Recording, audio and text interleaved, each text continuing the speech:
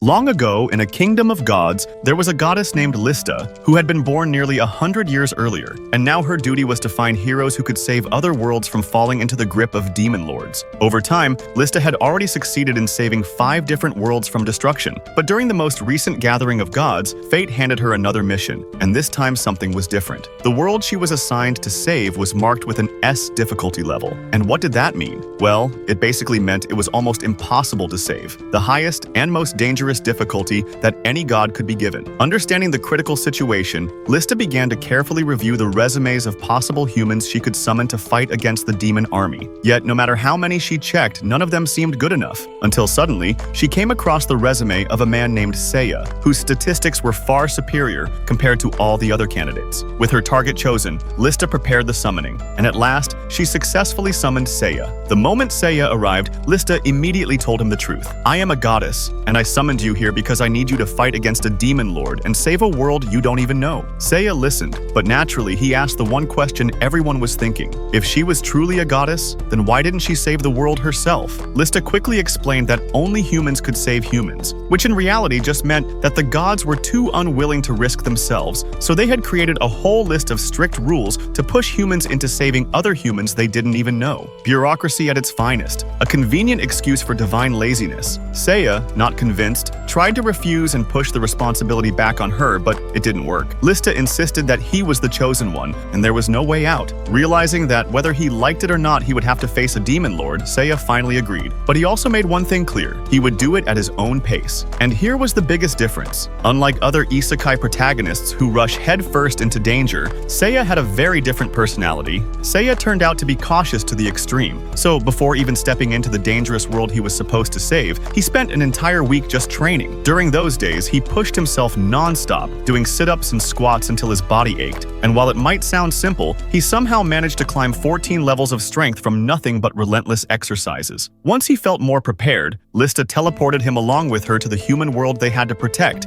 and as soon as they arrived, they headed straight to the nearest city to stock up on supplies. But Seiya's cautious nature showed again. When they entered the armory, he wanted to spend all their money on heavy full-body armor, preparing himself like a walking fortress. Lista quickly stopped him from wasting everything. Yet even so, Seiya still bought a mountain of recovery potions, smoke bombs, and countless little items to make sure he was ready for any situation. With equipment secured, they decided to venture outside the city walls to begin fighting monsters so Seiya could gain more levels. The first enemy he encountered was a simple slime, the weakest creature imaginable, something most heroes would defeat with a single swing. But Seiya trusted nothing, so instead of a quick kill, he absolutely obliterated the slime, and once it was dead, he killed it again and again and again, repeating the act until he grew tired. The noise of this brutal overkill drew the attention of a dangerous foe, a goat-headed demon woman who served directly under the Demon King. She quickly sensed his presence and came looking for him, and when Seiya realized she was there, he knew without a doubt he had no chance against her, so he immediately bolted. With his life on the line, he tossed smoke bombs to cover their retreat, and thanks to that delay, Lista managed to open a portal to the realm of the gods, allowing them to escape just in time. Back in the safety of the divine world, Seiya instantly returned to training, obsessed with raising his levels and growing stronger. But the goat woman didn't stay idle. She stormed into the nearest city in the human world, slaughtering innocent people and leaving behind a horrifying threat. Every 10 minutes, she would kill another person unless Seiya returned. Lista, terrified, rushed to Seiya and begged him to come back immediately, but he calmly said he wasn't finished training yet. The words hit her like a kick to the stomach because it meant people would continue dying. Lista grew furious, ready to explode, but just as she was about to storm out in anger, Seiya told her his training had just reached completion and explained that every hour he spent was necessary. If he had gone earlier, the goat woman would have crushed him easily, and both he and the entire city would have been wiped out. Lista finally understood, and once he was ready, they returned to the human world. Arriving in the city, Seiya wasted no time and saved the hostages the goat woman had captured. The demon warrior looked at Seiya's stats and was shocked. He was far stronger than she expected, much more powerful than she was herself. One might think she would retreat after realizing this, but instead, the battle escalated when the goat-headed demon woman, unwilling to lose, injected herself with powerful steroids. At first, the fight seemed grim for Seiya, but even so, he managed to hold his ground against her enhanced strength. Yet things only worsened. Realizing that even with steroids, she couldn't land a proper blow on him, she drove her own sword into her chest, releasing her true form, transforming into a massive beastly furrow warrior. In this monstrous state, she charged directly at Seiya, but she quickly discovered that he was using an ability that disguised his real stats, meaning his actual power was far beyond what anyone could read. In truth, Seiya was absurdly stronger than he appeared, and as expected, he cut down the beastly woman without hesitation. With her death, one of the most powerful warriors serving under the Demon King had fallen, and the people of the city rejoiced, celebrating the hero who saved them. But Seiya was not finished. He reduced the Furrow woman into countless pieces, swept the fragments together with a broom, piled them into a mound,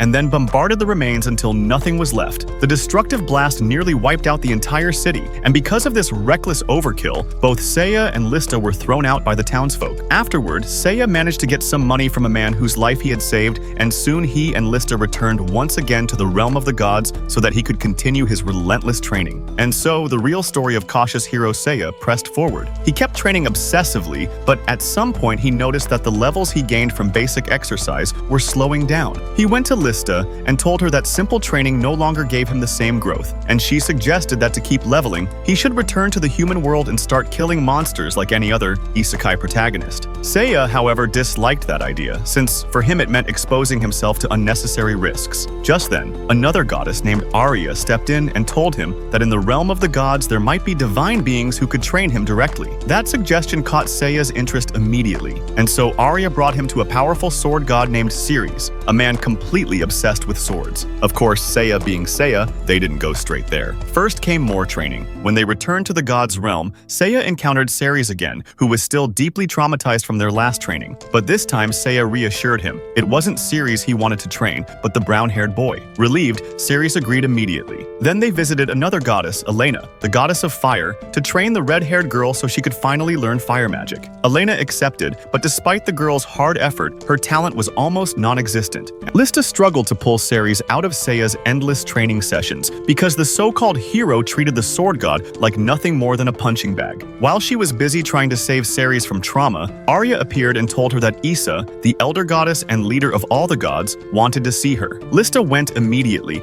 and Issa explained that she and Seiya had to head to the next city without delay. Danger awaited there, but also important allies who would join them in their journey. Lista hurried back to find Seiya still brutalizing Ceres in the name of training, and told him they had to return to the human world at once. Surprisingly, this time he didn't argue. When they arrived in the city, they saw people running in terror because an army of zombies was approaching. Seiya calmly bought several bottles of holy water and then led them to the church, where their potential new companions were waiting, the brown-haired boy and the red-haired girl. Inside, they met the priest, but Seiya immediately sensed something was wrong. Without hesitation, he splashed holy water on the priest, revealing that he was in fact a zombie working under the Demon King's orders. Luckily, this enemy wasn't very strong, and Seiya immobilized him easily. Before being destroyed, however, the zombie warned them that by morning, 10,000 more zombies would arrive to wipe out the city. With that information, Seiya annihilated him completely, damaging part of the church in the process. Soon after, soldiers from the kingdom arrived to help, and the two siblings offered their support as well. But Seiya dismissed them all, telling the army commander that he alone would handle the zombie horde, as long as he was given a huge reward, and coldly telling the siblings he didn't need them for anything, and they should return to their village. Hurt, the boy left on his own, determined to help regardless. Meanwhile, Seiya and Lista headed straight to the zombie army, where Seiya hurled a holy bomb, obliterating the horde, and for safety threw another right after. Returning to the city, the red-haired girl nervously confessed that her brother had gone missing. Lista reassured her, saying all the zombies had been wiped out, so he wasn't in serious danger. During this calm, Seiya began experimenting with swords, and by combining one with a strand of Lista's hair, he somehow forged a bizarre but incredibly powerful blade. But peace didn't last long. Soon a package arrived containing a mirror, and inside appeared the furious zombie leader. Enraged that Seiya had destroyed his army, he revealed that he had kidnapped the brown-haired boy, torturing him and threatening to kill him in front of them all. Seiya immediately drew his strange sword made from Lista's hair and told her to open a portal. With one slash, his attack traveled through the mirror and cut off the zombie leader's hand. After that, the two heroes went to Isa again, begging her to open a portal to where the boy was being held. Isa hesitated, worried about divine interference, but eventually gave in. Once through, Seiya fought the zombie leader while Lista healed the boy. boy. But this foe had a terrifying power, a stand that could only be defeated with ice magic, and Seiya had only mastered fire. To make matters worse, the stand could also use Amaterasu flames, leaving Seiya at a disadvantage. But in his usual over-prepared fashion, he had already crafted an ice bracelet from Lista's hair. With it, he froze the stand solid, then destroyed it with fire before turning his fury on the zombie leader himself, beating him senseless. The next day, peace returned. The boy fully recovered, no enemies lurked nearby, and life was calm again. Most importantly, Seiya finally accepted the siblings into his group to accompany him against the Demon King. They then told him about the dragon's lair, explaining that 16 years ago, a dragon had arrived there with 2 babies, themselves. Since birth, they were destined to help him, and if Seiya went with them, he would also obtain the strongest sword in the world. At first, Seiya didn't care. His weapons made with Lista's hair were already ridiculously powerful, but eventually, he was convinced. Still, they didn't head straight for the lair. Seiya insisted on more training. Back in the god's realm, they met Ceres again, still traumatized. But when Seiya explained that this time it wasn't him who needed training but the brown-haired boy, Ceres agreed instantly. Next, they went to Elena, the goddess of fire, who began training the red-haired girl to wield fire magic. She tried with all her heart but lacked talent, making little progress. Meanwhile, Seiya, relentless as ever, looked for yet another divine trainer. On the way, he encountered the Valkyrie, the most powerful goddess of the realm. When he asked her to train him, she almost struck him down, but Arya appeared and calmed her. Arya then led Seiya to Daniela, the goddess of war, so she could take over his training, and from there, new days of brutal battles and preparation began. Seiya continued training under Daniela, the goddess of war, and their sessions were intense. Over the next several days, the brown-haired boy trained hard with Ceres and made decent progress. While he didn't break all limits like Seiya, he was becoming more and more useful. On the other hand, the red-haired girl gave her all to master fire magic with Elena, the fire goddess, but sadly, she had no talent for it. No matter how hard she tried, her efforts failed. Meanwhile, Seiya not only became even more overpowered, but also unintentionally charmed Daniela along the way. And just as they were about to return to the human world, Daniela confessed her feelings to Seiya and even gifted him a cake. But in classic Seiya fashion, he rejected both her confession and the cake. The rejection hit Daniela like a chain to the face and caused a massive emotional uproar across the realm of the gods. Leaving the chaos behind, the group traveled back to the human world and set out for the dragon's lair.